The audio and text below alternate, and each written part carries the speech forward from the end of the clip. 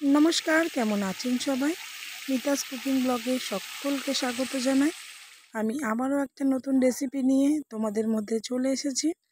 তো সকলের কাছে অনুরোধ রইল পুরো ভিডিওটি দেখার জন্য, কেউ ভিডিওটি স্কিপ করবেন না। তো আজকে বানাবো দই বেগুন। তার জন্য আমি বেগুনগুলোকে এইভাবে কেটে নিয়ে ধুয়ে নুন হলুদ মাখিয়ে নেব। আর কোনো রকম বাটা মশলা ছাড়াই আজকে আমি এই রান্নাটা করব। তো নুন হলুদ মাখানো হয়ে গেছে। এবার একটা বাটিতে দই নিয়ে নেব। তো এখানে আমার 150 গ্রাম মতো দই আছে। আর দইটাকে ভালো করে এইভাবে ফেটিয়ে নেব। আর এবার এর মধ্যে দিয়ে দেব ধনের গুঁড়ো, জিরের গুঁড়ো আর লঙ্কার গুঁড়ো দিয়ে আবারও ভালো করে এটাকে মিশিয়ে নেব।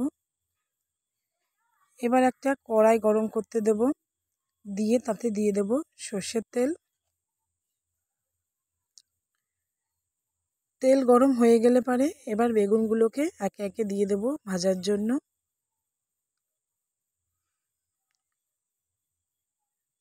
তো সব বেগুনগুলোকেই দিয়ে দেব একবারে, দিয়ে একটুখানি ঢাকা দিয়ে দেব। তো দেখো বন্ধুরা, বেগুনগুলো আমার একদিক ভাজা হয়ে গেছে। এবার আমি বেগুনগুলোকে উল্টে দেব।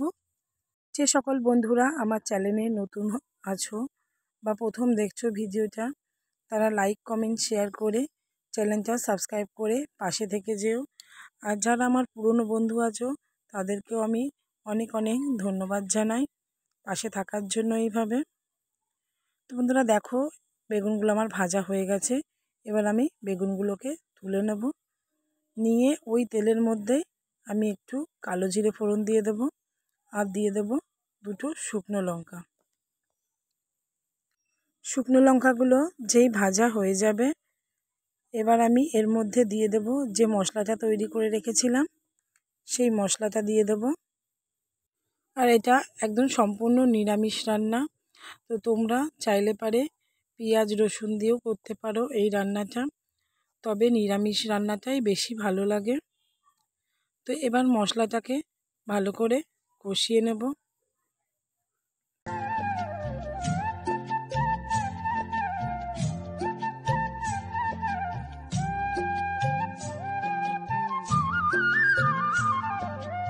এবার এতে দিয়ে দেব নুন।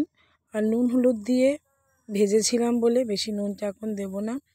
আর এতে আমি একদমই হলুদ ব্যবহার করব না, যেটুকুনি বেগুন ভাজার সময় যে হলুদটা দিয়েছিলাম ওইটুকুনিতেই। তো দেখো মশলাটা কষানো হয়ে গেছে, তেল ছেড়ে এসছে। এবার আমি এর মধ্যে একে একে ভেজে রাখা বেগুনগুলোকে দিয়ে দেব।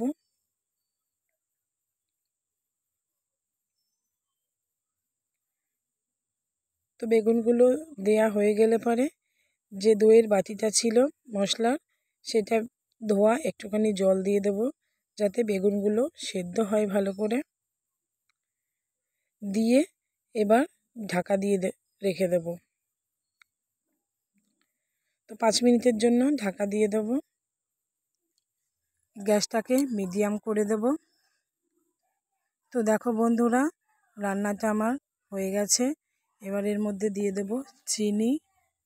বন্ধুরা, ভিডিওটি কেমন লাগলো অবশ্যই কমেন্টে জানাবেন।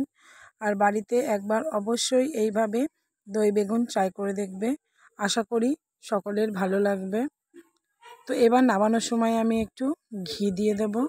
ঘি দিয়ে নামিয়ে নেব। তো নিরামিষ দিনে তোমরা এইভাবে দই বেগুন বানিয়ে খেতে পারো। তো সকলে সাবস্ক্রাইব করে দিও, লাইক কমেন্ট শেয়ার করে দিও। আর সকলে সুস্থ থেকো, ভালো থেকো। আমি আবারও একটা নতুন ভিডিও নিয়ে চলে আসবো তোমাদের মধ্যে। আর সকলকে অনেক অনেক ধন্যবাদ জানাই আমার ভিডিও দেখার জন্য।